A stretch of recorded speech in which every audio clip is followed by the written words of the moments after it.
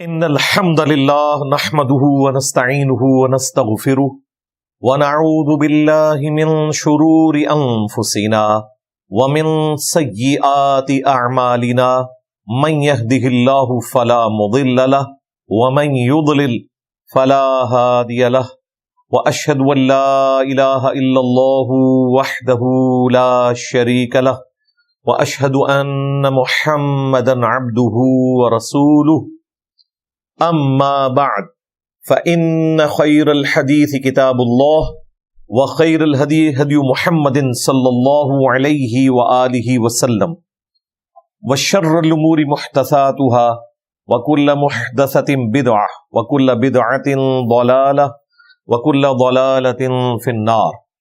أعوذ بالله السميع العليم من الشيطان الرجيم من همزه ونفخه ونفثه. بسم الله الرحمن الرحيم. رب اشرح لي صدري ويسر لي أمري واحلل عقدة من لساني يفقهوا قولي. بسم الله الرحمن الرحيم. إن الله وملائكته يصلون على النبي يا أيها الذين آمنوا صلوا عليه وسلموا تسليما. اللهم صل على محمد وعلى آل محمد كما صليت على إبراهيم وعلى آل إبراهيم إنك حميد مجيد. اللهم بارك على محمد وعلى آل محمد كما باركت على إبراهيم وعلى آل إبراهيم إنك حميد مجيد.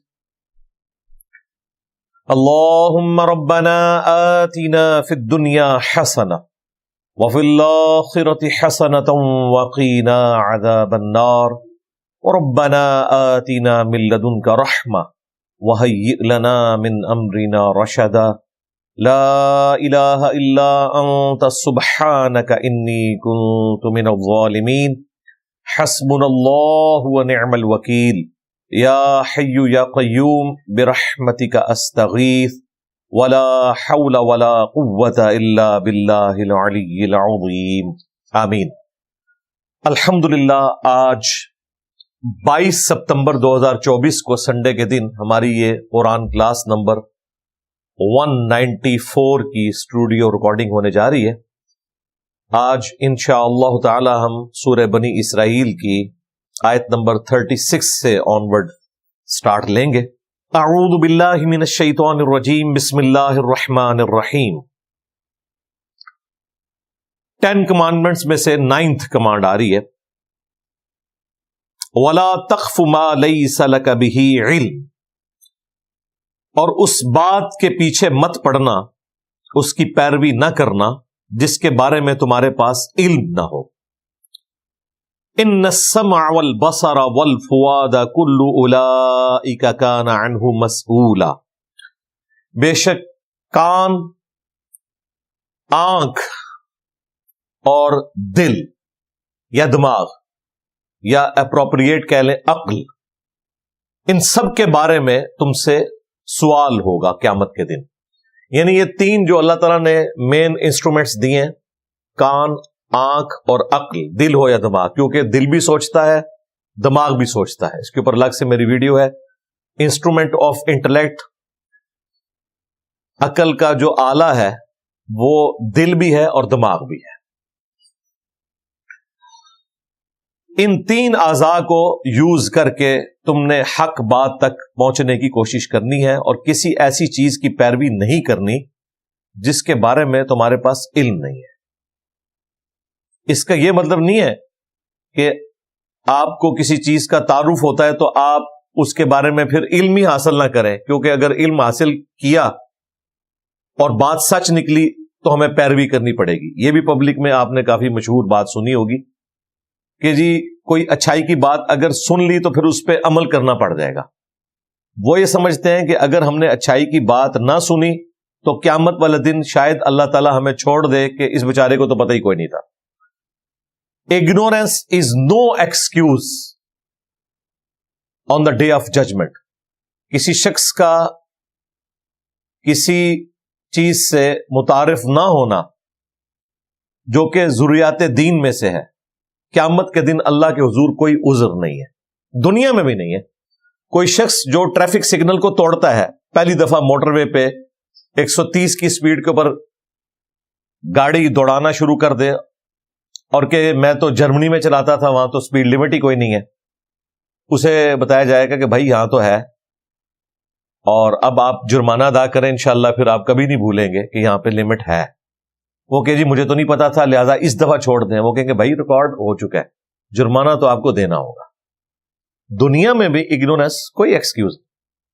کوئی شخص بے شک اپنی تعلیم میں کسی بورڈ کا ٹاپر بھی رہا ہو اور اگلی کلاس کے پیپر ہونے والے ہوں، راستے میں اس کا ایکسیڈنٹ ہو جائے یا راستے میں اس کے ساتھ کوئی ایسا ایشو بن جائے، ٹریفک میں لیٹ ہو جائے اور وہ کمرہ امتحان میں 1 گھنٹے بعد پہنچے، تو وہ ایگزامینر سے نہیں کہہ سکتا کہ جی مجھے 1 گھنٹہ فالتو دے دیں، وہ کہیں گے آپ کے ساتھ بیڈ لک ہو گئی ہے۔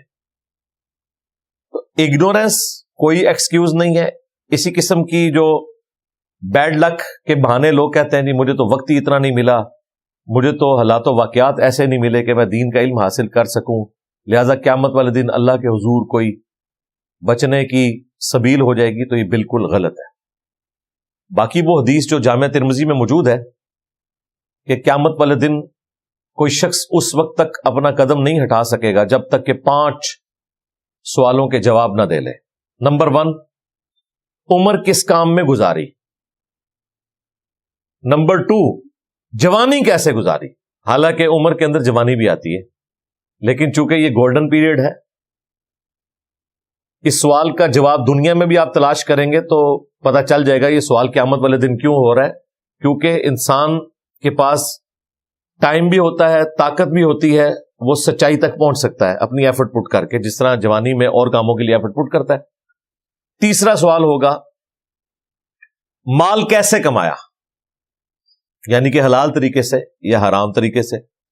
چوتھا سوال ہوگا مال خرچ کہاں پر کیا، یعنی اس سے عیاشی کی یا جو جواز کی جگہ تھی وہیں پر خرچ کیا، بھلے اپنے ماں باپ پہ لگایا، بیوی بچوں پہ لگایا، وہ حلال جگہ ہے، بالکل اس کا ثواب بھی ہے۔ اور 5واں سوال ہوگا اپنے علم پر کہاں تک عمل کیا۔ وہ علم کی وجہ سے مجھے یہ بات یاد آئی، وَلَا تَقْفُ مَا لَيْسَ لَكَ بِهِ عِلْمٌ، اپنے علم پر کہاں تک عمل کیا۔ اس کو لوگوں نے غلط سمجھ لیا کہ قیامت والے دن یہ جو 5واں سوال ہونا ہے نا، اپنے علم پر کہاں تک عمل کیا، تو مطلب یہ ہے کہ علم حاصل کرنے کی ضرورت ہی نہیں ہے۔ 5واں سوال جب ہوگا تو ہم کہیں گے ہمارے پاس تو علم ہی نہیں تھا تو اللہ ہمیں چھوڑ دے گا۔ نہ، ایسے نہیں ہوگا، کیونکہ کوئی بھی مسلمان ایٹ لیسٹ یہ دعویٰ نہیں کر سکتا کہ میرے علم میں یہ بات نہیں ہے کہ علم دین حاصل کرنا ہر مسلمان مرد و عورت پر فرض ہے۔ یہ روایت بھی ہے، اس کے صحت میں کلام ہے سنن ابن ماجہ میں، لیکن اپنی اصل میں قرآن و سنت کا نچوڑ ہی یہی ہے کہ آپ نے علم دین حاصل کرنا ہے جس کے ساتھ آپ کی آخرت جڑی ہوئی ہے۔ تو جس شخص کو بھی یہ پتا ہے میں مسلمان ہوں، اسے یہ بھی پتا ہے کہ میں نے اتنا علم حاصل کرنا ہے کہ 24 گھنٹے کی زندگی میں اسلام کے مطابق گزار سکوں۔ اس لیے دیکھیں تبلیغی جماعت نے بھی جو 6 نمبر بنائے ہوئے ہیں نا، ان میں سے ایک علم بھی ہے، کیونکہ بنیادی چیز ہے۔ علم کے بغیر نہ آپ وضو کا طریقہ سیکھ سکتے ہیں، نہ غسل کا، نہ پاکی پلیدی کے مسائل سیکھ سکتے ہیں، نہ نماز پڑھنے کا طریقہ، نہ رمضان المبارک کے روزے، کیونکہ اسلام کی بنیاد تو بخاری مسلم میں ہے کہ 5 چیزوں پہ ہے۔ کلمے کے بعد نماز، زکوٰۃ، حج اور رمضان کے روزے، یہ 4 ہیں اعمال۔ پہلا جو ہے وہ تو عقیدہ ہے، توحید اور رسالت کے اعتبار سے۔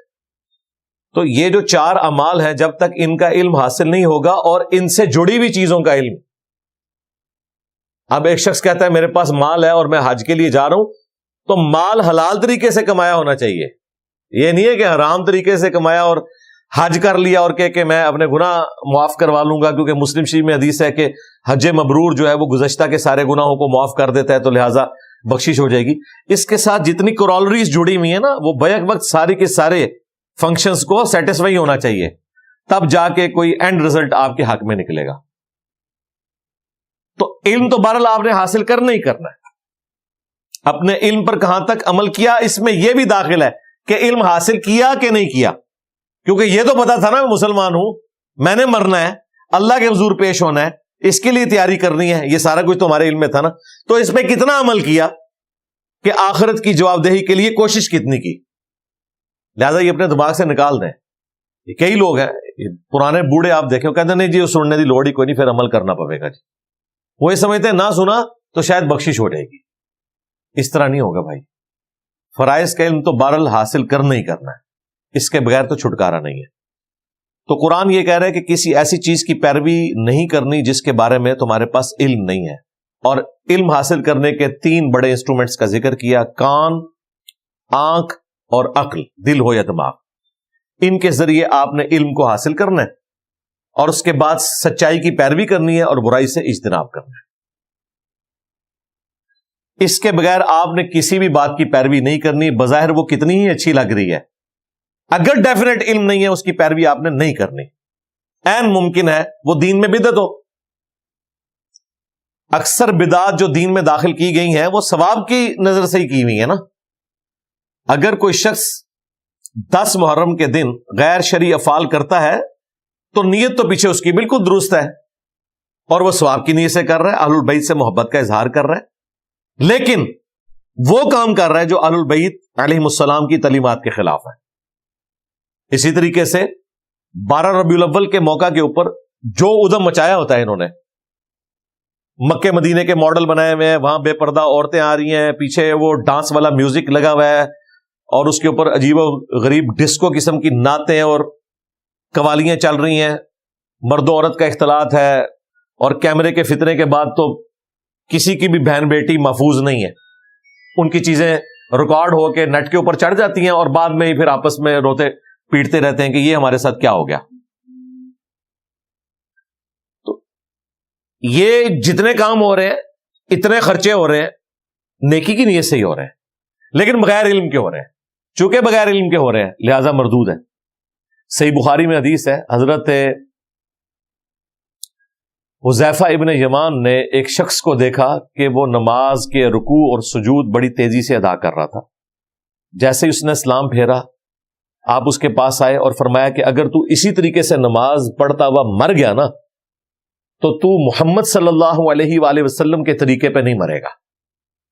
یہ آج کے دور کی بات نہیں ہو رہی، ایٹ لیسٹ وہ ہوا نا اگر تو تابعی ہوگا، یا عین ممکن ہے کوئی ایسا صحابی ہو جس کی ابھی تربیت نہ ہوئی ہو، صرف حضور کو دیکھا ہی ہو اس نے صلی اللہ علیہ وآلہ وسلم۔ اور حذیفہ بن یمان کہہ رہے ہیں اس طریقے سے تو نمازیں پڑھتا ہوا مر گیا نا تو محمد کے طریقے پہ نہیں مرے گا صلی اللہ علیہ وآلہ وسلم۔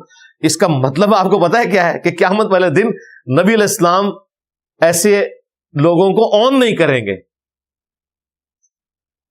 مشقت تو اس نے بھی اٹھائی ہے نماز پڑھنے کی، وضو کرنے کی، ٹائم بھی نکالا ہے، لیکن نبی علیہ السلام کی ملت پہ وہ نہیں ہے، کیونکہ اس نے اس طریقے کو فالو نہیں کیا۔ جو مسند احمد میں حدیث ہے کہ بدترین چور وہ ہے جو نماز میں چوری کرتا ہے۔ پوچھا گیا نماز کا چور کون ہو سکتا ہے؟ تو آپ علیہ السلام نے فرمایا جو رکوع اور سجدے صحیح طریقے سے ادا نہیں کرتا ہے، ٹھونگ مارتا ہے۔ صحیح مسلم میں حدیث ہے کہ منافق کی نماز ہے کہ وہ سورج کے زرد ہونے کا انتظار کرتا ہے اور پھر عصر کی نماز پڑھتا ہے، اور جلدی جلدی مرغے کی طرح ٹھونگے مار کے تو اپنی نماز فارغ کر کے وہ سمجھتا ہے میں نے بڑا کمال کر دیا۔ منافق کی نماز کہا گیا، یعنی کنوکشن والی نہیں ہے، اہتمام نہیں ہے۔ اب یہ ساری کی ساری چیزیں علم کے ساتھ جڑی ہوئی ہیں بھائی، علم کے بغیر تو کچھ بھی نہیں ہونا۔ علم جب تک آپ حاصل نہیں کریں گے آپ کو یہ نہیں پتا چلے گا کہ اللہ تعالی آپ سے کیا چاہتا ہے، کس طریقے سے چاہتا ہے، کس ٹائم پہ چاہتا ہے۔ یہ آپ کو رول ماڈل کے طور پر پروفٹ کے ذریعے چیزیں پتا چلیں گی۔ لقد کان لکم فی رسول اللہ اسوۃ حسنہ، نبی علیہ السلام کی زندگی میں تمہارے لیے بہترین ماڈل ہے۔ انبیاء کو اللہ تعالیٰ اس لیے بھیجتا ہے کہ کوئی شخص اپنے زوم میں اللہ کی محبت میں ایسی ایکٹیویٹیز نہ کرنا شروع کر دے کہ جن چیزوں سے اللہ کو نفرت ہے۔ اگر رول ماڈل سامنے نہیں موجود ہوگا تو ہر شخص اپنے عشق کا اظہار ڈفرنٹ طریقے سے کرے گا۔ کوئی ناچ کود کے اپنے رب کو منائے گا، جس طرح قرآن میں آیا کہ مشرکین عرب طواف کعبہ کرتے تھے سیٹیاں اور تالیاں مارتے ہوئے، اور برہنا وہ یہ سمجھتے تھے کہ چونکہ دنیا میں جب ہم آئے تھے تو ہمارے جسم پہ کوئی کپڑے نہیں تھے، اللہ نے ہمیں اسی طریقے سے پیدا کیا تھا، لہذا اب سب سے افضل طواف یہ ہوگا کہ ہم ننگے ہو کے طواف کریں۔ پیچھے انہوں نے لاجک یہ بنائی ہوئی تھی نا، لاجک اپنے اعتبار سے انہوں نے بڑی اچھی بنائی ہوئی تھی، جس طرح یہ آپ کو کہتے ہیں نا جی 12 ربیع الاول کا دن ہے، 2 گھر ہیں، ایک میں محفل میلاد ہو رہی ہے اور ڈسکو نعتیں چل رہی ہیں، دوسرے میں کچھ بھی نہیں ہو رہا، تو بتاؤ عاشق رسول کون ہے؟ لاجک اسی طریقے سے کھڑی کرتے ہیں نا علم الکلام کے ذریعے۔ تو مشرکین عرب نے بھی یہی لاجک اخذ کی ہوئی تھی کہ جب اللہ نے بغیر کپڑوں کے انسان کو پیدا کیا ہے تو سب سے افضل طواف یہ ہوگا کہ انسان کپڑے اتارے اور طواف کعبہ کرے۔ فتح مکہ کے بعد صحیح بخاری میں آتا ہے، نبی علیہ السلام نے مولا علی کو جب پیچھے بھیجا، 9 ہجری کے حج میں امیر حج حضرت ابو بکر تھے، اور پیچھے سے سورہ توبہ کی آیات نازل ہوئی، ان میں یہ اناؤنسمنٹ تھی کہ 4 مہینے کا ٹائم ہے، یا تو اسلام قبول کرو گے یا جزیرہ نما عرب چھوڑ کر چلے جاؤ، ادروائز عذاب استیصال آئے گا، قتل کیے جاؤ گے۔ اور اگلے سال سے کوئی مشرک حج کے لیے نہیں آئے گا، اور نہ کوئی کپڑے اتار کر برہنہ حج کرے گا، یہ ساری چیزیں بین کر دی گئی۔ یہ ساری چیزیں علم سے متعلق ہے نا، علم کے بغیر تو آپ چیزیں حاصل نہیں کر سکتے۔ جن لوگوں نے پینتھیزم کا عقیدہ گھڑا، ہماؤس کہ ہر چیز میں اللہ ہے، درختوں میں، پہاڑوں میں، جانوروں میں، وہ کہتے ہیں یہ سب چیزیں جو ہیں یہ اللہ ہی نے ان چیزوں کا روپ دھار لیا ہے۔ وہ کہتے ہیں ہم مان نہیں سکتے کہ خدا کے علاوہ کوئی اور وجود بھی ہے۔ اب یہ اللہ کی محبت میں ہی انہوں نے عقیدہ کھڑا ہے، لیکن کفریہ، شرکیہ، الہاد ہے۔ یہ حادث کو قدیم سے الگ کرنے کا نام ہی توحید ہے۔ یہ تمام چیزیں حادثہ ہیں، اللہ تعالیٰ نے کریٹ کی ہیں۔ اللہ قدیم ہے، ہمیشہ سے ہے، یہ علم الکلام کی ٹرم ہے، جو ہمیشہ سے وہ قدیم ایک اللہ ہے۔ اگر مخلوق اور خالق کا فرق اس اعتبار سے ختم کر دیں گے تو توحید تو اسٹیک پہ لگ گئی۔ اب جن لوگوں نے یہ کیا، انہوں نے کہا کہ ہم اللہ سے ایسی محبت کرتے ہیں کہ اس کے سوا کوئی وجود ماننے کو ہم تیار ہی نہیں ہے۔ کیا محبت میں، لیکن وہ کام کیا جو اللہ تعالیٰ کو سب سے زیادہ ناپسند ہے۔ یہ اکثر آپ نے وہ مولانا روم نے بھی وہ کہانیاں بنا کے مصنوی میں لکھ دی کہ جی حضرت موسیٰ علیہ السلام نے ایک شخص کو دیکھا، وہ اللہ سے باتیں کر رہا تھا کہ یا اللہ تو میرے پاس آئے، میں تجھے نہلاؤں، پھر تیرے بالوں میں کنگھی کروں۔ تو موسیٰ علیہ السلام نے اسے بتایا کہ بھئی یہ تو اللہ کے بارے میں آپ نے عقیدہ نہیں رکھنا۔ وہ کہتے ہیں جب کوہ طور پہ ملاقات ہوئی تو اللہ تعالیٰ نے موسیٰ علیہ السلام کو ہی ڈانٹ دیا کہ تو نے میرے بندے کا دل دکھا دیا۔ بیسیکلی انہوں نے نانگے پیر جو ہر وقت غلاظت میں بھرے ہوئے ہوتے ہیں، کپڑے انہوں نے اتارے ہوتے ہیں، نہ انہیں کوئی پاکی پلیتی کا پتہ ہوتا ہے، ان کو انہوں نے نبیوں سے بڑھایا ہوا ہے۔ اب مجھے بتائیں، موسیٰ علیہ السلام دنیا میں اللہ تعالیٰ کے نمائندہ ہے، یہ اللہ نے ان کی ڈیوٹی لگائی ہے کہ اگر کوئی غلط کام کر رہا ہے آپ نے اس کی اصلاح کرنی ہے۔ تو اللہ تعالیٰ نے موسیٰ علیہ السلام کو کیوں ڈانٹنا ہے اس بندے کے پیچھے؟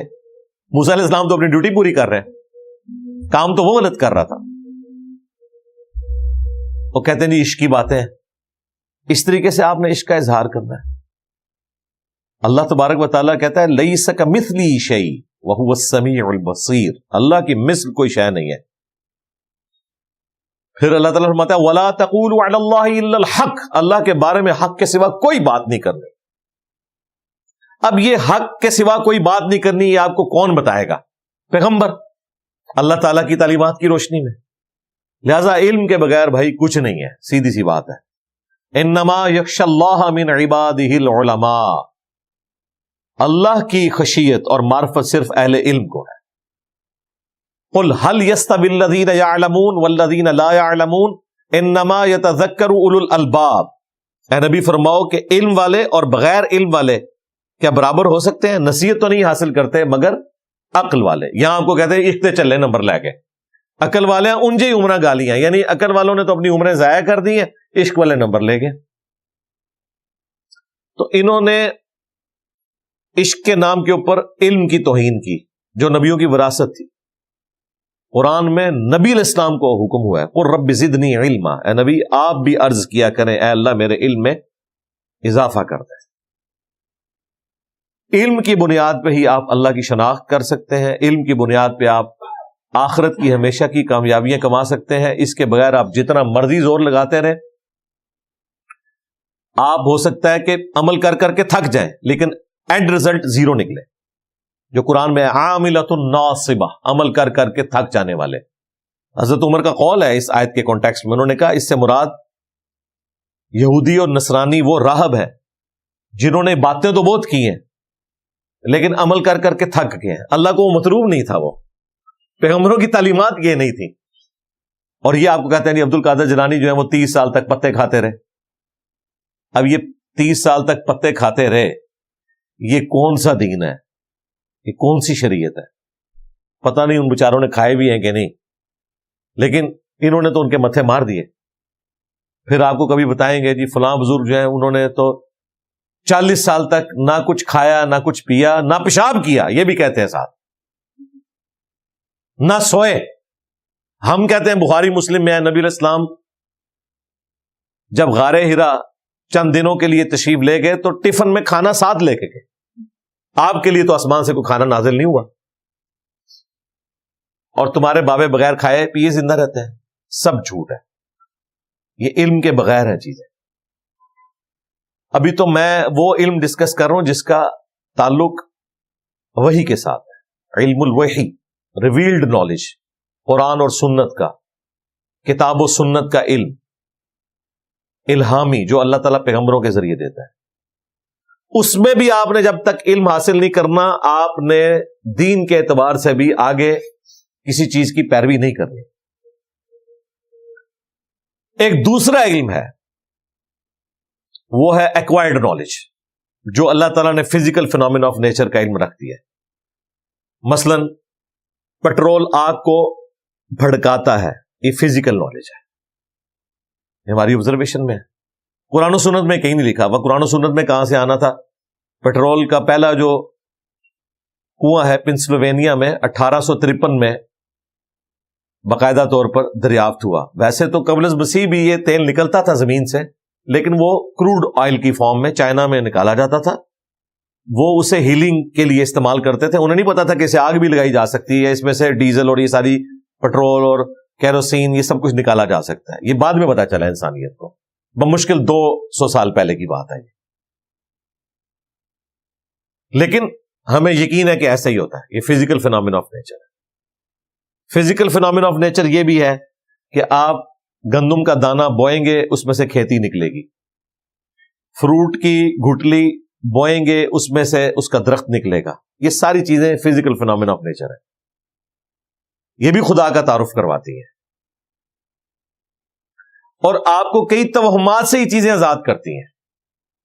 سائنس کبھی نہیں مانے گی، اور نہ اسے ماننا چاہیے کہ کالی بلی راستہ کاٹ دے تو نحوست ہے، گھر کی منڈیر کے اوپر کوا بولے تو کوئی مہمان آنے والا ہے، جوتی پہ جوتی چڑھ جائے تو سفر لکھا ہوا ہے۔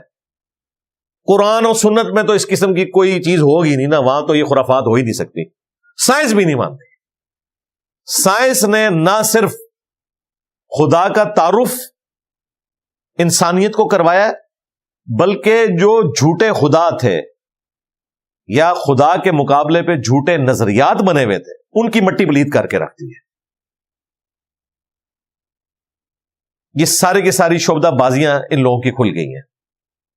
اگلے زمانوں میں لوگ شعبدہ بازیاں کرتے تھے، فاسفورس کا کسی کو پتا چلا ہے اس میں آگ بھڑکائی، وہ کہتے تھے پتہ نہیں کیا کر دیا۔ اب لوگوں کو پتا یار جہاں کہ آپ مارکیٹ سے بھی خرید سکتے ہیں، یہ کون سی ایسی چیز ہے؟ جن چیزوں کو لوگ کرامت بنا کے پیش کرتے تھے وہ فزیکل فینومینا آف نیچر تھا۔ اس دور میں بھی ایسے ایسے واقعات ہیں، آلموسٹ آج سے کوئی 15 سال پہلے کی بات ہے، تو ترنول سے ایک سڑک آگے جنڈ کی طرف جاتی ہے، وہاں پہ مختلف کالے چٹے پہاڑوں کی وہ ایک پوری سیریل ہے۔ وہاں پہ ایک سٹی میں کسی جگہ مٹی میں سے خوشبو نکلی اور لوگوں نے جا کے وہ مٹی سمیٹنی شروع کر دی کہ پتہ نہیں کسی بزرگ کا کوئی اثر ہے یا کوئی ایسا سلسلہ ہو گیا. کچھ دنوں بعد پتا چلا کہ کوئی پرفیوم بنانے والی کمپنی تھی, ان کا پرفیوم ایکسپائر ہو گیا تھا, وہ انہوں نے ڈمپ کیا تھا وہاں اس مٹی میں, اور یہ باقاعدہ اخبار میں خبر آئی, لیکن لوگ لے کے جا رہے تھے. Physical phenomena of nature. کسی مزار کے پاس کوئی ایسا چشمہ بہ رہا ہے جس میں سلفر کی تعداد ہے. اب ظاہر ہے سلفر جو ہے وہ بیکٹیریا کو ختم کرتی ہے, آپ اس سے نہائیں گے, اگر کسی کو پھوڑے پھنسی ہیں تو میڈیکل علاج ہے, اس کو بزرگ کے ساتھ منسوب کر دیتے ہیں. وہ پانی آپ گھر بھی بنا سکتے ہیں بھائی, گورے نے ٹیوب میں بنا کے آپ کے حوالے کر دیا.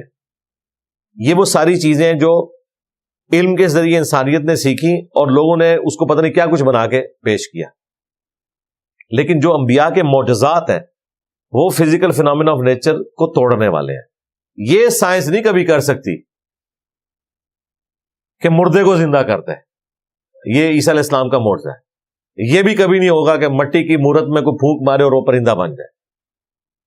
سائنس وہ کچھ کرے گی جو فزیکل فینومینا آف نیچر کے اندر اندر ہے, اس سے باہر نہیں ہو سکتا. یہ جو سائنس کا علم ہے, acquired knowledge, the knowledge obtained through observations and experiments, یہ بھی ڈیفینیٹ علم ہے. یا یہ علم کسی چیز کو سرٹیفائی کرے یا وحی کا علم کسی چیز کو سرٹیفائی کرے, تب ہی وہ بات درست ہوگی. اگر یہ دونوں علوم کسی چیز کو نہیں مان رہے, اس چیز کو ماننے کی ضرورت کوئی نہیں, نہ اس کی پیروی کرنے کی ضرورت ہے, وہ گمراہی ہے. اسلام نے علم الوحی کے ذریعے توہمات کا خاتمہ کیا ہے, اور ماڈرن سائنس نے انسانیت کو توہمات سے آزاد کیا ہے, فزیکل فینومینا آف نیچر کے پیچھے چھپے ہوئے رازوں کو دریافت کر کے. سب کچھ پتہ چل گیا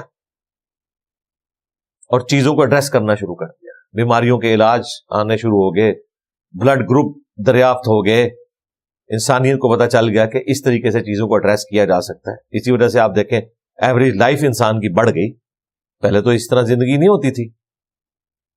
جتنی پرانی سویلائزیشنز ہیں آپ دیکھیں 35, 40, 50 کے اندر اندر لوگ فوت ہو جاتے تھے, اور دادی دادا نانی نانا بن چکے ہوتے تھے. 14-15 سال کی عمر میں شادی ہو جاتی تھی. وہ لائف سائیکل اتنا ہوتا تھا. میں اگلے دن ایک ڈاکومنٹری دیکھ رہا تھا کہ 8 سے آلموسٹ 150 سال پہلے آسٹریلیا میں ایوریج جو ایج تھی نا وہ آلموسٹ 35 سال تھی. ظاہر لوگ بیماریوں سے مر جاتے تھے, اور یہ گورے جب گئے افریقہ میں کئی بیماریاں اپنے ساتھ لے گئے, وہ بےچارے کالے مر جاتے تھے کیونکہ ان کی امیونٹی نہیں تھی ان بیماریوں سے. آج آسٹریلیا میں جو ایوریج لائف ہے وہ 84 ایئرز ہے, 35 سے 84 ہو چکی ہے. 50 سال بڑھا لی ہے بیماریوں پہ قابو پا کے. یہ سب فزیکل فینومینا آف نیچر کی برکات ہے. ہمارے بچے جو موبائل اتنی آسانی سے what's app, video calls, YouTube, live match دیکھ رہے ہیں, 8 سے 100 سال پہلے کا انسان زندہ ہو تو انہی کو غوث وقت مان لے گا کہ یار اس وقت ڈائریکٹ مسجد نبوی میں جو نماز پڑھائی جا رہی ہے وہ ہمیں موبائل میں نظر آ رہی ہے. یہ اسی فزیکل فینومینا آف نیچر میں ترقی ہے جو انسان نے حاصل کر لی ہے سائنس میں. پہلے تو آپ سوچ بھی نہیں سکتے تھے. اس سے بڑھ کر یہ چیزیں آلموسٹ مفت آپ کو دے دی ہیں. آج پوری دنیا واٹس ایپ کے اوپر ڈیپینڈنٹ ہے, فری ہے بالکل. یہ اللہ تبارک و تعالیٰ نے انسان کو ترقی کروائی ہے. یہ وہ علم ہے. تو یا وحی کا علم ہو یا سائنس کا علم, یہ دو علوم ہیں, یعنی کہ ریویلڈ نالج اور ایکوائرڈ نالج. یہ سرٹیفائی کریں گے کسی چیز کو تو آپ اپنے معاملات کو آگے لے کے چلیں گے, اور اگر یہ نہیں کرتے تو نہیں چلیں گے. اور یہ اتنے محکم قوانین ہیں کہ نمرود کے دربار میں حضرت ابراہیم علیہ السلام نے جب مجادلہ کیا, اس نے پہلی دلیل کے جواب میں کہا کہ میں بھی زندہ کرتا ہوں اور مارتا ہوں. ایک قیدی کو اس نے آزاد کر دیا, دوسرے کو قتل کر دیا. ایک بھونڈی سی حرکت کی اس نے, لیکن حضرت ابراہیم علیہ السلام نے ویل لیفٹ کیا. انہوں نے اگلی دلیل رکھی کہ میرا رب وہ ہے جو مشرق سے سورج نکالتا ہے, تو مغرب سے نکال کے بتا. یہ physical phenomena of nature, scientific ایک فیکٹ تھا جو پیش کیا، خدائی قانون. فبہت الذی کفر، کفر کرنے والا ہکا بکا رہ گیا. اتنے محکم قوانین ہیں، ان کو دلیل پیش کیا حضرت ابراہیم علیہ السلام نے خدا کے ایک ہونے. اور یہ قوانین ایسے ہیں جو قیامت تک دریافت ہوتے رہیں گے، اور اس میں ریلیجن نے آپ کو اوپن چھوڑ دیا. صحیح مسلم میں اوپر تلے 3 احادیث ہیں جن کے اوپر ہیڈنگ ہی ہے. امام نووی نے چونکہ بعد میں باب باندھے، امام مسلم نے بغیر باب کے ہی کانٹینیوس مسلم شریف لکھی تھی. اس پہ ہیڈنگ ہے کن معاملات میں رسول اللہ کی اطاعت واجب ہے صلی اللہ علیہ وآلہ وسلم اور کن میں نہیں ہے. وہ 3 حدیثیں اکٹھی.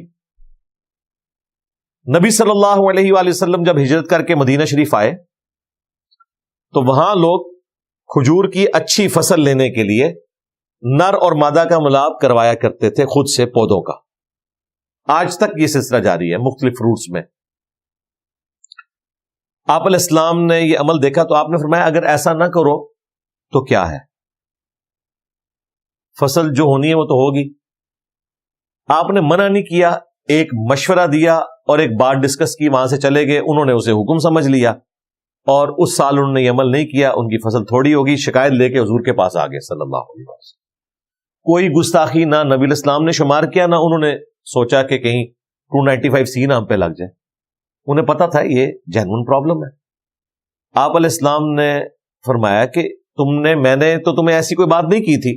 ان کا آپ نے مشورتاً بات کی تھی، ہم نے کیا، یہ ہوا.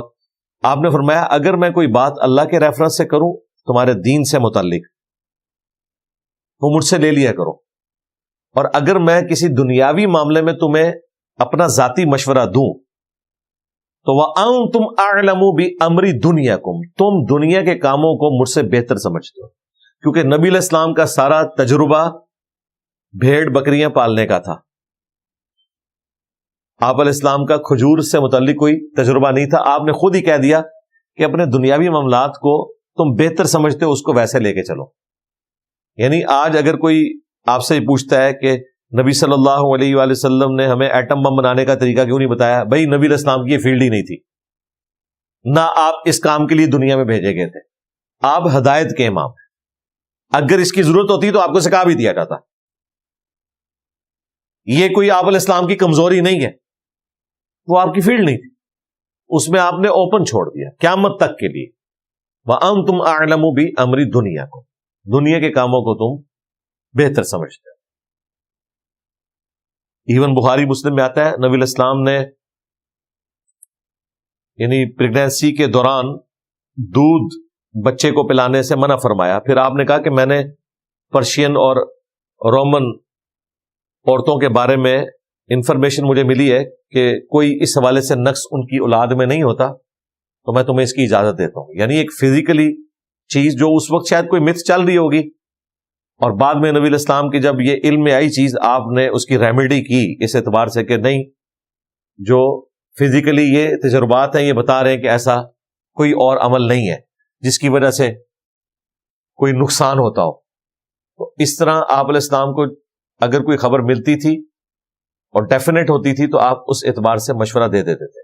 باقی یہ جو طب نبوی کے نام کے اوپر ڈرامہ بازی شروع کی بھی ہے حکیموں نے، چند ایک باتیں ہیں، باقی ساری انہوں نے خود بنائی ہوئی ہیں. مثلا بخاری مسلم میں حدیث ہے کہ شفا 3 چیزوں میں ہے، شہد میں ہے، کپنگ کروانے میں، پچھنے لگوانے میں، کپنگ جو خون نکالا جاتا ہے، اور تیسرا داغ میں، اگر خون نہ رک رہا ہو تو داغ دینا، گرم کر کے لوہے کی سلاخ پھیرنا. لیکن میں اپنی امت کو داغ دینے سے منع کرتا ہوں. لیکن یہ منع کرنا حرام کے درجے میں نہیں ہے، پریفریبل ہے. کیونکہ مسلم شریف میں یہ ہے، ایک صحابی کو خندق کے موقع پر جب تیر لگا ان کا خون نہیں رکتا تھا تو آپ نے اپنے مبارک ہاتھوں سے داغ لگایا. اور یہ داغ لگانے والا معاملہ آج تک ویلڈ ہے. ابھی بھی اتنے بڑے بڑے آپریشن میں الیکٹرک داغ لگانے والے انسٹرومنٹس ہوتے ہیں، اور وہ جب سمجھ لیں ایک ویلڈنگ ہے نسوں کی. منع اس لیے کیا تھا کہ اس زمانے میں نا خام خواہ بھی داغ لگائے جاتے تھے، جانوروں کو بتوں کے نام پہ چھوڑے جاتے تھے. آج کل بھی آپ نے دیکھا یہ اونٹوں کے اوپر نشان لگائے جاتے ہیں. اب تو خیر اس کا ایڈوانس طریقہ آ گیا ہے, اب تو وہ نائٹروجن کے ذریعے لگاتے ہیں, وہ جلد جلتی بھی نہیں ہے, وہ ٹھنڈی چیز لگاتے ہیں, اس پہ بھی وہ نشان بن جاتا ہے. یوٹیوب پہ ویڈیوز رکھی ہوئی ہیں. تو اس طرح کی چیزوں کی وجہ سے نبی علیہ السلام نے اس کو منع کیا, لیکن جہاں ضرورت پڑی آپ نے استعمال کیا.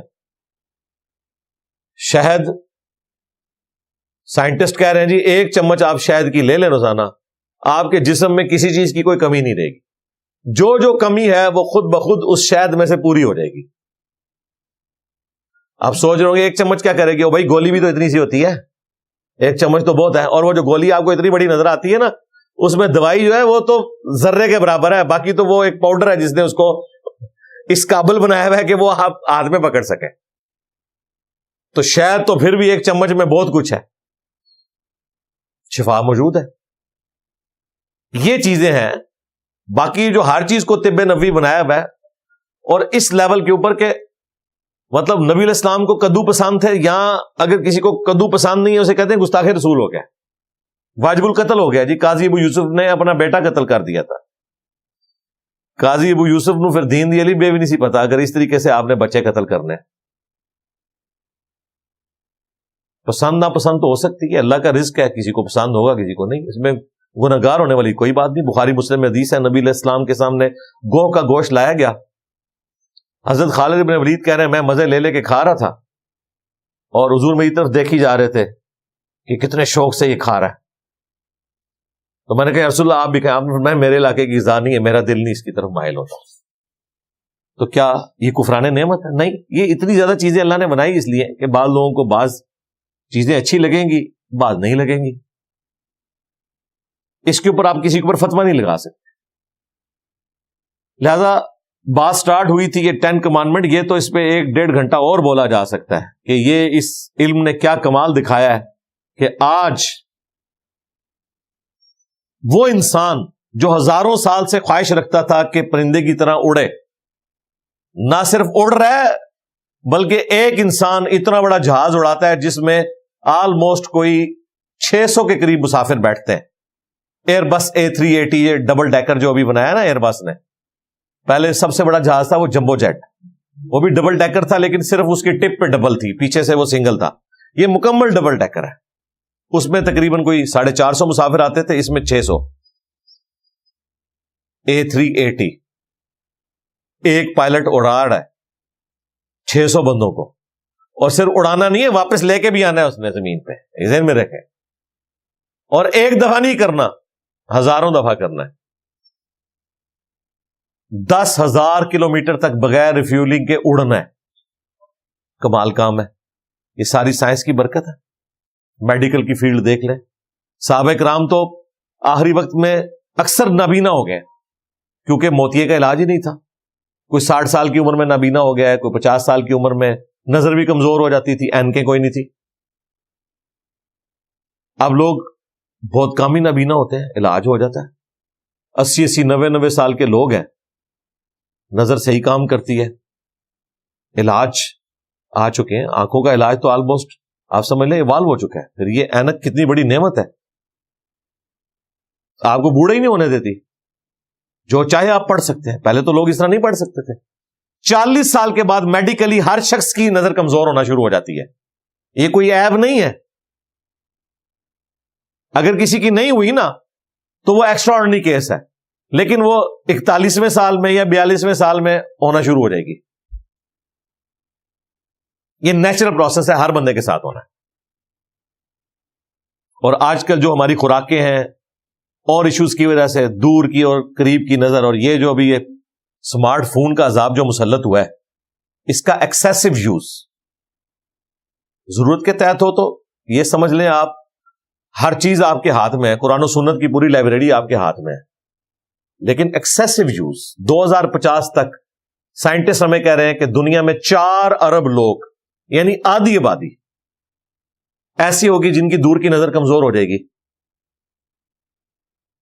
دور کی نظر, کیونکہ قریب کی نظر زیادہ استعمال ہوتی ہے. جب آپ قریب کی نظر بار بار دیکھتے رہتے ہیں نا, دور دیکھنا آپ کا کم ہو جاتا ہے, اس کی وجہ سے آپ کا وہ فوکس ڈسٹرب ہو جاتا ہے. پھر روشنی کا کم ہونا، جو لوگ اندر بیٹھ کے ہر وقت کام کرتے رہتے ہیں اور جو اوپن کام کرنے والے لوگ ہیں ان کی نظر میں بھی فرق ہوتا ہے. تو یہ سائنس ہمیں بتا رہی ہے کہ بھئی ایکسیسو چیزوں کا یوز آپ نے نہیں کرنا. اگر سائنس کی بنائی ہوئی چیزوں کی وجہ سے کہیں لاس ہو رہا ہوتا ہے، وہ ساتھ ساتھ بتاتے ہیں کہ بھائی ادھر تک فائدہ ہے، اس کے بعد نقصان ہوگا. یہ وہ سارا علم ہے جی جس نے اتنی بڑی ترقی کی ہے، اور یہ جدید سائنٹیفک جو ایجادات ہوئی ہیں ان کے پیچھے مسلمانوں کی کنٹریبیوشن ہے، مولویوں کی نہیں، بزرگان دین کی نہیں. یہ اکثر لوگ کنفیوز کر دیتے ہیں کہ شاید یہ کوئی علماء نے کوئی کارنامہ کیا تھا. نہ، وہ اپنے زمانے کے انجینئرز تھے. یہ سارے میتھمیٹیشینس، بیالوجسٹ، کیمسٹ، یہ وہ لوگ ہیں جن کے خلاف مولویوں نے کفر کے فتوے دیے ہوئے تھے اس زمانے میں. آپ ذرا ہسٹری دیکھیں. آج مولوی فخر سے کہتے ہیں جی سائنس کی بنیادیں ہمارے بزرگوں نے رکھی، اور تواڈے بزرگ تے کفر دے فتوے دیندے سن. نہ ہوتے. ہارون الرشید کے دور میں جب بیت الحکمہ قائم کیا گیا اور بغداد سٹی آباد ہوا جو دنیا میں مرکز تھا، جس طرح آج آپ سمجھ لیں نیو یارک ہے یا اسی طریقے سے رشین شہر ہے، اس طریقے سے وہ مرکز تھا. تو مولوی تو ان چیزوں کے خلاف تھے، وہ تو مانتے ہی نہیں تھے، تھنک آؤٹ آف باکس کرتے ہی نہیں تھے. آج مسلمان فخریہ بتاتے ہیں جی یہ الگوریدم جو ہے یہ الخوارزمی سے الگوریدم بنا ہے، اور پوری یہ ساری کی ساری الیکٹرانکس ڈیوائسز اسی کے اوپر ڈیپینڈنٹ ہے، سافٹ ویئر، یہ سب کچھ. بالکل. اور مولوی نہیں سی اللہ دے بندے ہو، اسے شوق پیدا ہوا کہ میں کوئی اتنا آسان طریقہ کروں جس کے ذریعے زکوٰۃ اچھے طریقے سے کیلکولیٹ ہو سکے. بس اس چکر میں اس نے کرتے کرتے معاملات آگے چلائے. آپ کے تو بزرگوں کا ابھی تک یہ حال ہے کہ یہ جو شیخ احمد سرندی، جسے یہ مجدد الافسانی کہتے ہیں، بلکہ اس نے خود اپنے آپ کو مجدد ڈکلیئر کیا، اس نے اپنے مکتوبات میں لکھا ہے کہ اس سے کیا حاصل ہوتا ہے کہ تکون کے تینوں اینگل جمع کریں تو ہمیشہ 180 جواب آتا ہے. آپ کو پتا ہے نا، ٹرائنگل جیسی مرضی شکل کی ہو اس کے تینوں زاویے جمع کریں ہمیشہ 180 آتا ہے. تو یہ باقاعدہ اس نے لکھا ہے، کہتا ہے اس میں سے کیا نکلتا ہے. اب اسے کیا بتایا جائے اس میں سے کیا نکلتا ہے؟ اس میں سے یہ نکلتا ہے کہ تم لوگ ذلیل و خوار ہو کے مکے اور مدینے حج عمرے کے لیے جاتے تھے، اور اب یہ نکلا ہے کہ 4 گھنٹے میں لوگ جدہ پہنچ جاتے ہیں ہوائی جہاز میں اڑ کے. تو کون سے تو کوئی چیز آزاد نہیں ہے، سارے اینگلز کی گیم ہے. یہ پروں کی جو ایروفائل سٹرکچر ہے یہ ساری کی ساری یہی ہے. اسی لیے پھر انہوں نے ترقی تو نہیں کرنی تھی نا، انہوں نے فتوے دیے اس وقت، اور باقاعدہ ان سائنٹسٹ کو بعد میں جیلوں میں ڈلوایا گیا اور پتہ نہیں کیا کچھ ہوا. پھر کوئی کسر رہ گئی تھی تو امام غزالی نے پھر ماشاءاللہ جو کچھ کیا اپنی کتابوں میں، انہوں نے کہا یہ تو کفر کی طرف لے جانے والا علم ہے. جو اس کی وہ غلط چیزیں تھی تو وہ تو اپنی جگہ.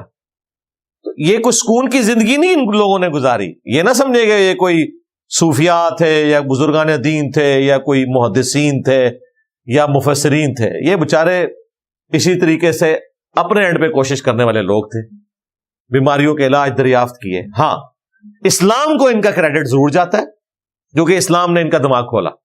اسی آیت نے کسی چیز کی پیروی اس وقت تک مت کرنا، وَلَا تَقْفُ مَا لَيْسَ لَكَ بِهِ عِلْمٌ إِنَّ السَّمْعَ وَالْبَصَرَ وَالْفُؤَادَ كُلُّ أُولَٰئِكَ كَانَ عَنْهُ مسئولا. اسی چیز کو آگے اسی آیت پہ ڈاکٹر اقبال نے جو reconstruction of religious thoughts in Islam جو خطبات ہیں ان کے 6، اس میں انہوں نے یہی بات کی ہے کہ inner core of present western civilisation is Quranic.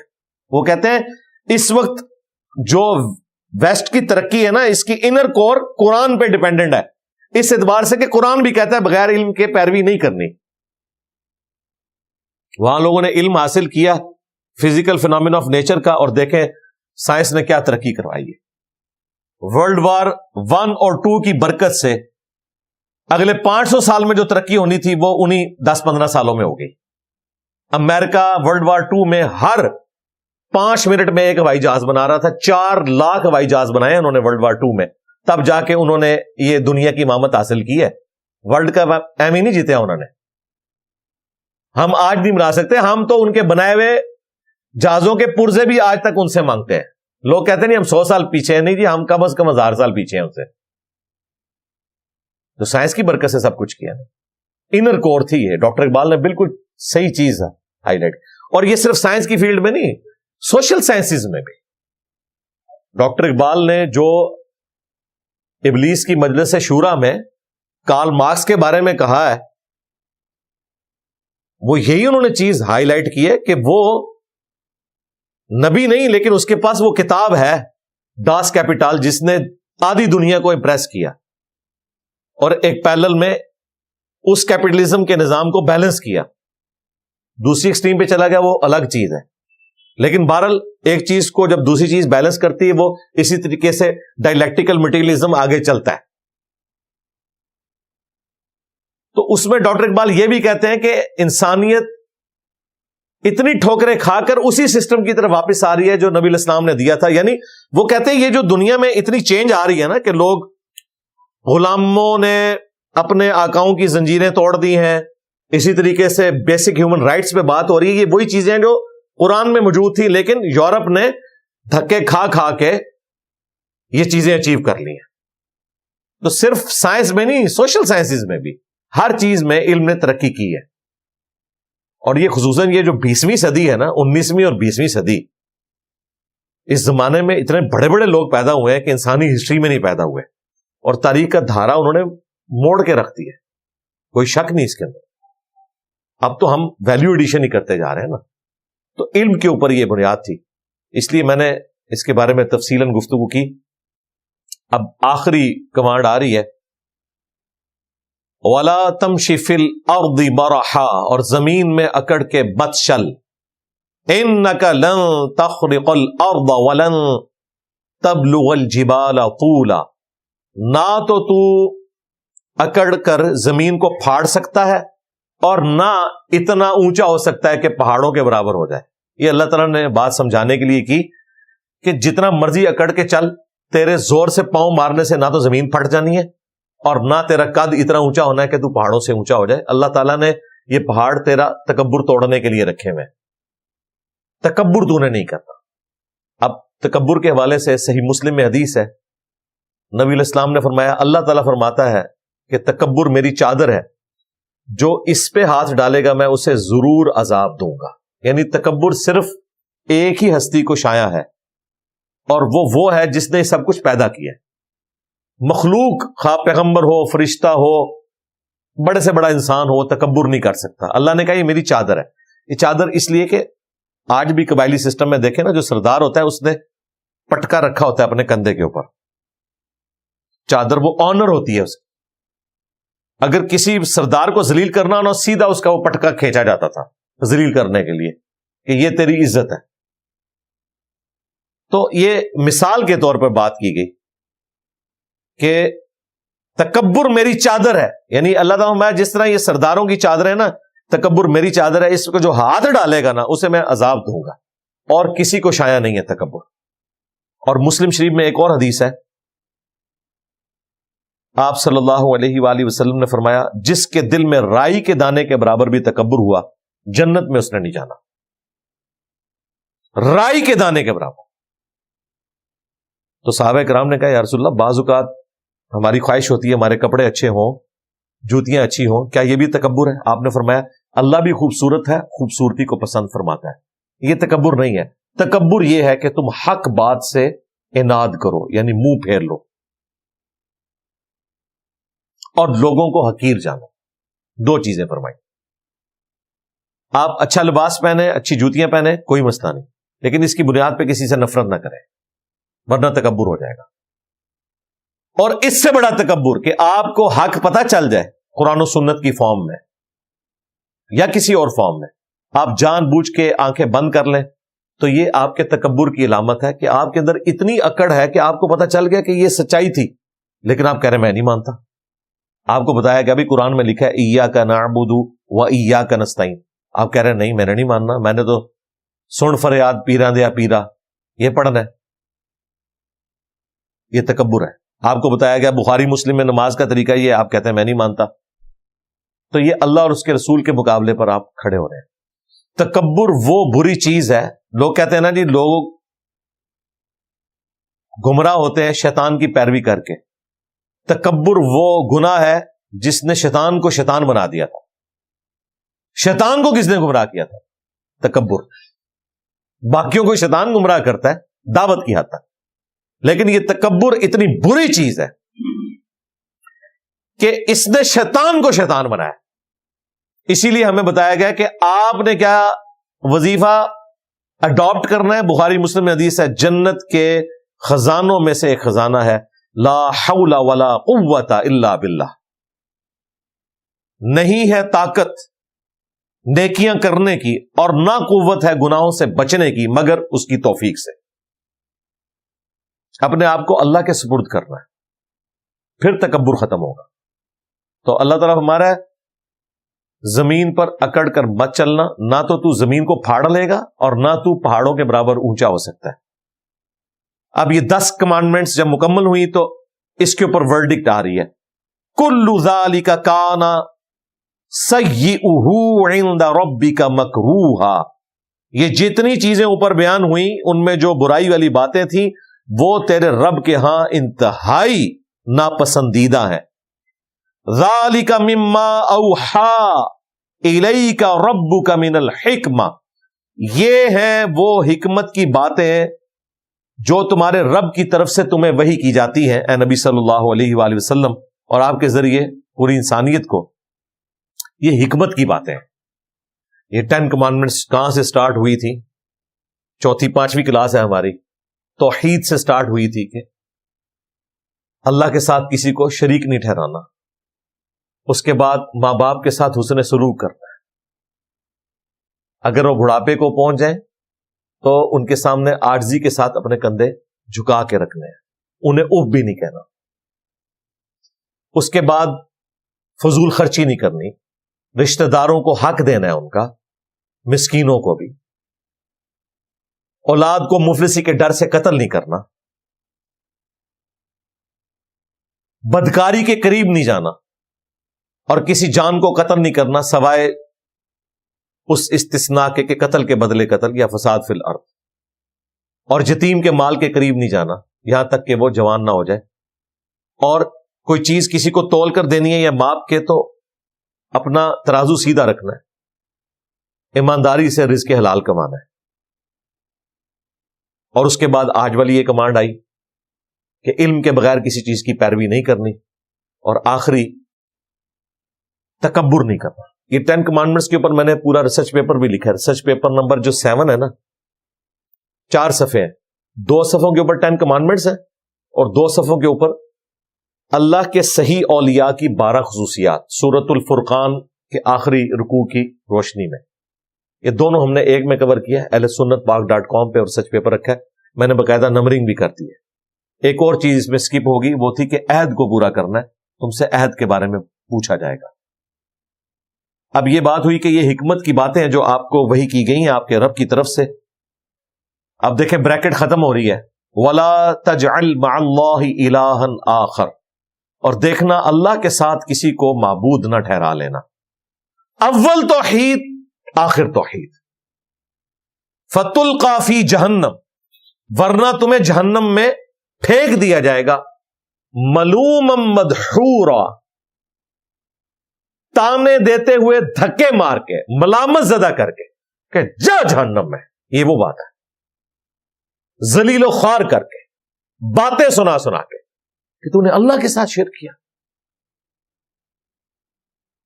افاصفاکم ربکم بالبنین، کیا تمہارے رب نے تمہیں تو چن لیا بیٹوں کے ساتھ.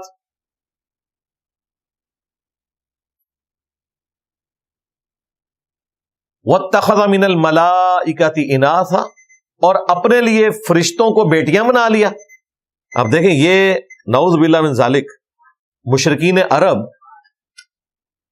کہتے تھے یہ فرشتے اللہ کی بیٹی ہیں، اور دوسری طرف اپنی حالت یہ تھی کہ اگر کسی کے گھر بیٹی پیدا ہوتی اسے وہ زندہ درگور کر دیتا. اور قرآن میں آتا ہے کہ وہ شرمندگی کے مارے اپنے رشتہ داروں کو فیس نہیں کرتا تھا کہ اب یہ میرے گھر بیٹی پیدا ہوئی ہے کہ اسے میں قتل کر دوں یا زمین میں دبا دوں. چہرہ اس کا لٹک جاتا، سیاہ پڑ جاتا. ابھی خام خواہ ایک، چونکہ قبائلی سسٹم میں بیٹے ذرا اسٹرینتھ کی علامت ہوتے تھے تو اس لیے پھر یہ اس طرح کے معاملات ہوتے تھے. حالانکہ وہ یہ نہیں سوچتے تھے کہ یہ اولاد بھی تو اللہ تعالیٰ نے کسی عورت سے تمہیں دی ہے، اگر یوں کرو گے تو پھر یہ سلسلہ آگے کیسے چلے گا؟ تو یہ حقارت کی نظر سے بیٹیوں کو دیکھا جاتا تھا، عورتوں کو پاؤں کی جوتی سمجھا جاتا تھا۔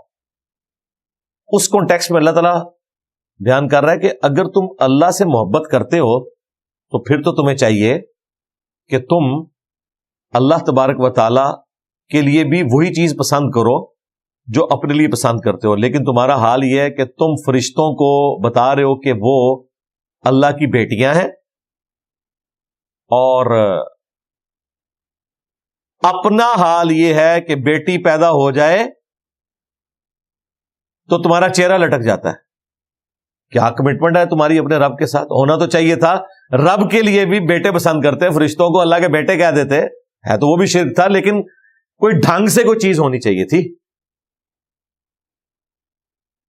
لیکن نہیں۔ انکم لتقولون قولا عظیما، بے شک تم بہت بڑی جرت کا کلمہ بول رہے ہو جو اللہ تعالی کے لیے اولاد تجویز کر رہے ہو کہ یہ فرشتے اس کی بیٹیاں ہیں۔ یہ تو پھر سورہ مریم میں آگے چل کر آئے گا کہ قریب ہے آسمان پھٹ پڑے، زمین شک ہو جائے اور پہاڑ ریزہ ریزہ ہو جائے، ان دعوا للرحمن ولدا، کہ انہوں نے رحمان کے لیے بیٹا تجویز کیا ہے۔ اگر زمین و آسمان کے احساسات ہوتے اور پہاڑ بھی اس طرح فیلنگ کرتے کہ کتنا بڑا جرم ہے اللہ کے نزدیک، یا اللہ تعالیٰ انہیں ایکسپریس کرنے کی اجازت دے دیتا تو تم پہ آسمان پھٹ پڑتا، زمین شک ہو جاتی، تم زمین میں دسا دیے جاتے اور پہاڑ ریزہ ریزہ ہو جاتے کہ انہوں نے اللہ کے لیے اولاد تجویز کر دی ہے، کیونکہ اللہ تعالیٰ تو اولاد سے پاک ہے۔ اولاد انسانوں کی ضرورت ہو سکتی ہے جنہیں یہ خواہش ہے کہ ان کا نام کوئی روشن کرنے والا ہو ان کے بعد، کیونکہ انسان کو موت آنی ہے، وہ ایسا کام کر کے جانا چاہتا ہے کہ اس کے مرنے کے بعد اسے یاد رکھا جائے، یا اس کی اولاد ہو جو یاد کرے کہ جی ہم فلاں قبیلے کے ہیں، فلاں ہمارے بزرگ ہوتے تھے۔ اللہ کو تو ایسی کوئی حاجت ہی نہیں ہے، اللہ کو تو موت ہی نہیں آنی، جسے موت نہیں آنی اسے اولاد کی ضرورت نہیں ہے۔ یہ اللہ کی خوبی ہے۔ قل هو اللہ احد اللہ الصمد لم یلد ولم یولد ولم یکن له کفوا احد۔ اللہ تعالیٰ سے دعا ہے جو حق بات میں نے کہی ہمارے دلوں میں راسخ فرمائے، اگر جذبات میں کوئی غلط بات میرے منہ سے نکل گئی تو اللہ تعالیٰ ہمارے دلوں سے دھو ڈالے، ہمیں کتاب و سنت کی تعلیمات پر عمل کر کے دوسرے بھائیوں تک پہنچانے کی توفیق عطا فرمائے۔ سبحانک اللہم و بحمدک، اشہد ان لا الہ الا انت، استغفرک و اتوب الیک، وما علینا الا البلاغ المبین۔ جزاکم اللہ خیرا۔